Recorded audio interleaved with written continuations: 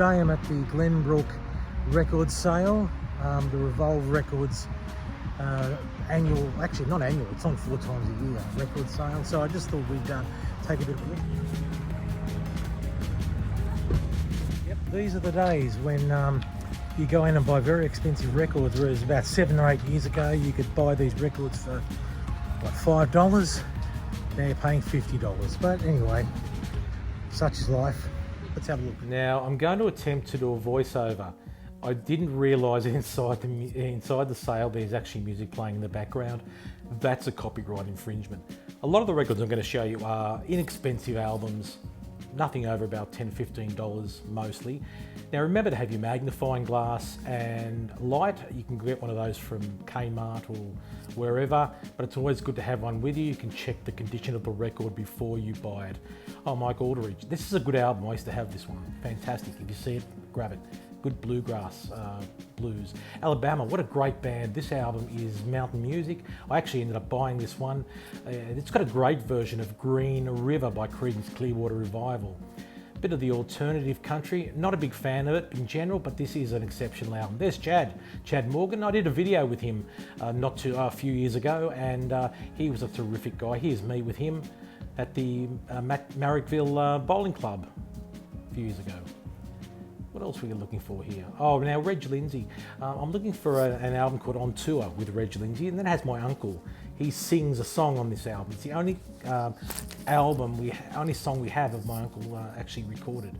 So yeah. So this is checking out this record. Now always make sure that your record is nice and clean looking. It might need a wash, but also that it's not warped, because it's terribly hard to get a record unwarped. A little bit pricey, but it can be done, but why risk it? So we're just going through some more country here. Porter Wagner, very big star in the 50s and 60s. He discovered Dolly Parton. Also did a lot of really great dark albums as well, country albums. And very, very good artist, and highly recommended. A lot, as is Buck Owens and the Buckaroos. The Bakersfield Sound, he's also very good too. I like some of his albums. Pure Prairie League, don't overlook them. Pure Prairie League, really good country with a bit of a twist. Vince Gill was in the original, in the later version, but I'm not a big fan of that version. But the original stuff by them is very good from the early 70s. Pure Prairie League. And they turn up really cheap. Sometimes you get them in the $5 pile. So nothing to worry about there. Another one. Cliff Richard. Oh, I've got a few Cliff Richards. That's one from one of his movies, I think. The Class of 55. Now remember this one. This is exceptional. And I just gave a copy to my friend Adam. Now they were, of course, were the ones that recorded Sun Studios in 1956. And recorded some of the earliest rock and roll music. Here they are in the late mid 80s doing digital recordings. One of the early digital recorded albums, and the 4 of them: Carl Perkins, Jerry Lee Lewis, Roy Orbison, and Johnny Cash in the studio together. Class of 55. Bobby Rydell, met him once. Lovely bloke. Signed an album for me. Rydell High. Remember from Greece? That's where they got the name from. Eddie Cochran, fantastic, died way too early. Another one we lost too early was Harry Chapin. This has one of the best songs, my favourite songs, probably the saddest song ever, Mr. Tanner. You've got to hear Mr. Tanner, T-A-N-N-E-R, great song. Amy Stewart, good lord, this is the disco, isn't it? Disco era. Oh, one of the best Santana albums, Santana 3. One of my, probably the only Santana album I own. Billy Thorpe, Australian music legend. Rockwell T. James, had a couple of hits in the 70s. Oh, there's Donovan for the folkies there. Sort of moving away from the country here. We're moving into a bit of Kerry Bedell, another great Australian singer. Bushwhackers, Chris Rea. Who else have we got here?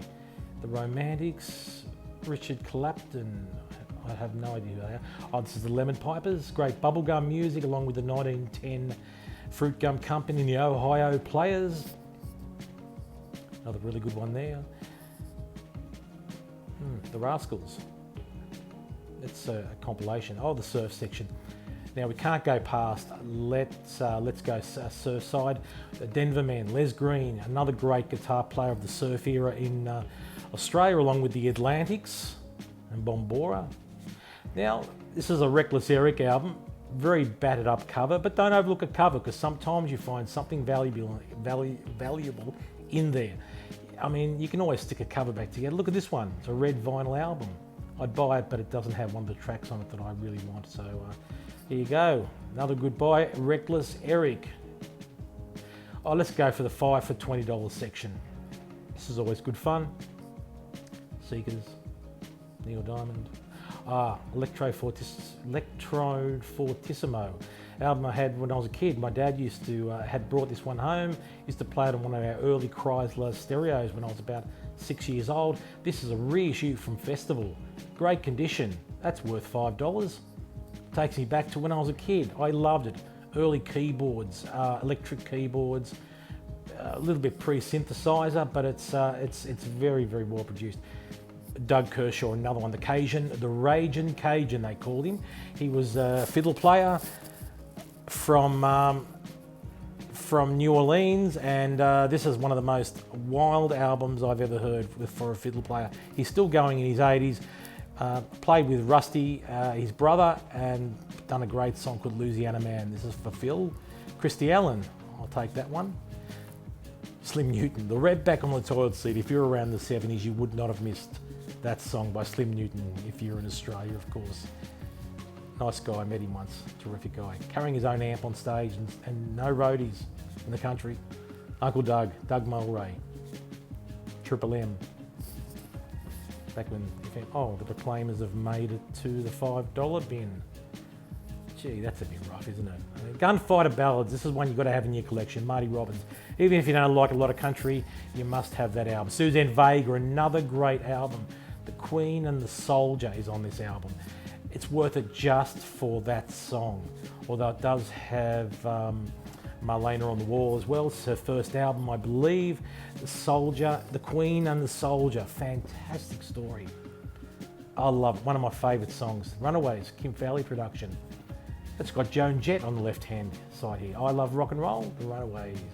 One of the early girl bands. Josh White, very accessible blues. Josh White did some great stuff and really, really well loved. Yeah, he was terrific. Taj Mahal, another great artist who did some great blues. Natural Blues is one of my favourite albums of his. Notting Hillbillies with Mark Knopfler, made with a lot of his mates, and a bit of a labour of love apparently.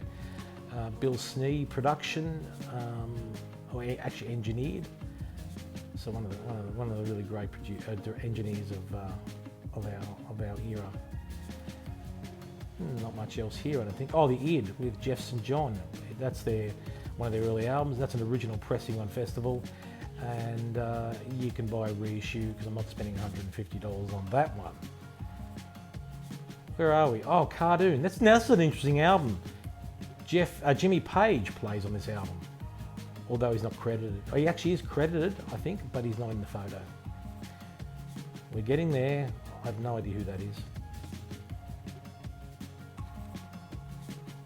Yeah, Cartoon, very unusual album. I've never seen anything with, oh, Railroad Gin, $120? No, thank you. I'll give that one a miss. Company Kane. Oh, Tully, Loving is Hard. This is actually Tully were a great Australian band around the early 70s. They did some great music along with Tame and Shud, and this is Evolution. An album I had as a reissue because I think it's selling for about $200. And this is one of their later albums. I had that signed actually by the drummer. He ran an electronic, a hi-fi store in North Sydney. This is an interesting band, Brave Combo. Not well known in Australia. Bit of polka pop. Very fun band though. Very, very fun. Numbers. I can't sell this album to save my life. I've got a couple at home. Ray Barretto, signed. I should have bought that. Why didn't I buy that? Probably because it was $40. And probably Ray Barretto's signature doesn't get too much these days, but he was a great percussionist. Played on lots and lots of records. Ray Barretto. Oh, look at this. This is a mono version of Green River. This is $150. No, I'll stick to the stereo version. Pink Floyd. I'm not really a Floyder, but if you like Pink Floyd, what's this one? Taken from the... I have no idea what this is. If anyone knows, send me a link.